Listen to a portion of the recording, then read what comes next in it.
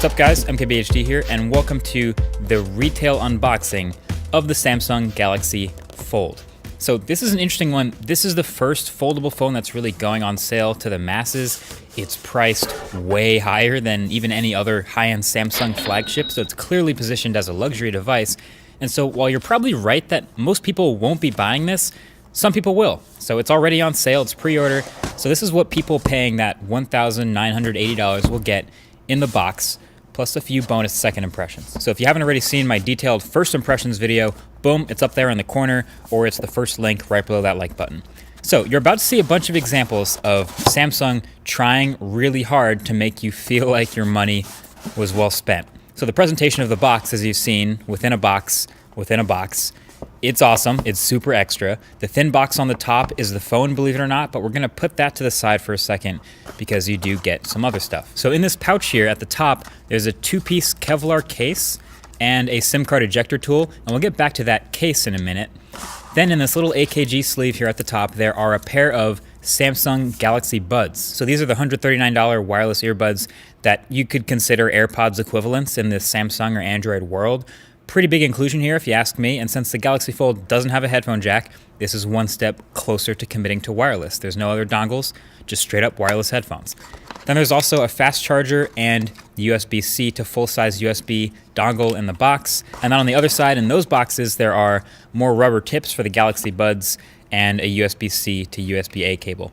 And then that's it for accessories, which brings us back to this thin white box from the top. Just like the other box, it says Galaxy, but folded, so Galaxy Fold. And inside is the phone, folded flat. So that's why it's so thin. I don't know exactly why they ship it like this, if it's to avoid having a big crease from the factory, or it's just more dramatic, or both, or neither. I don't know, but it ships flat. This is the black one. And then I'll shut up for a second so we can get the plastic off it.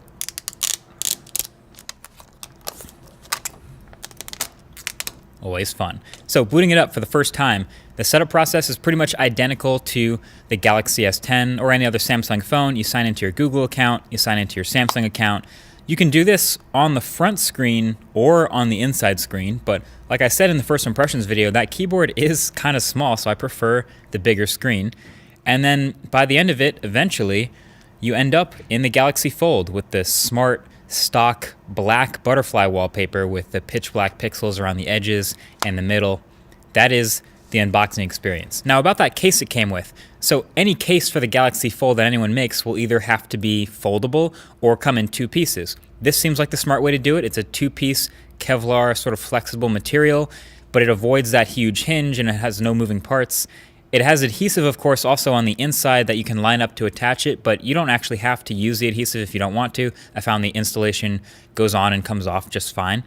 And yeah, it gets a little more protected and a little uglier with the case on it, kind of like with any other case. Okay, last thing I felt the need to demonstrate in this quick unboxing and second impressions is just how solid these magnets are. I didn't have a mic at the first impressions, but now I do have one, so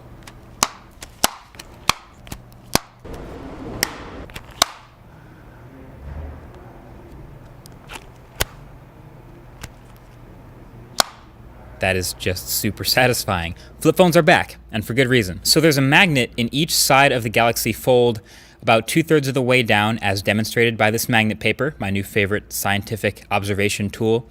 And they're pretty strong. So they're so strong that they have a bit of a field effectively outside of the phone itself, strong enough to pick up metal objects and things like a bunch of washers, nails, or even whole bags of nails, keychains, and I even had a small wrench that worked, and an Apple Pencil, which of course has a piece of metal in it for the iPad's magnet, that worked, and a really, really big Allen key. It's made of metal and it can pick it up. This magnet is for real. So just had to share that little proof from what I was talking about from the last video. Again, I'll link that below. Still forming all of my thoughts, but man, this thing has really distracted me from the P30 Pro I've been using. That review is coming up as well, alongside the RetroTech Episode 1 on the original Game Boy. It's a good time to be a video nerd. Either way, thanks for watching. Catch you guys in the next one. Peace.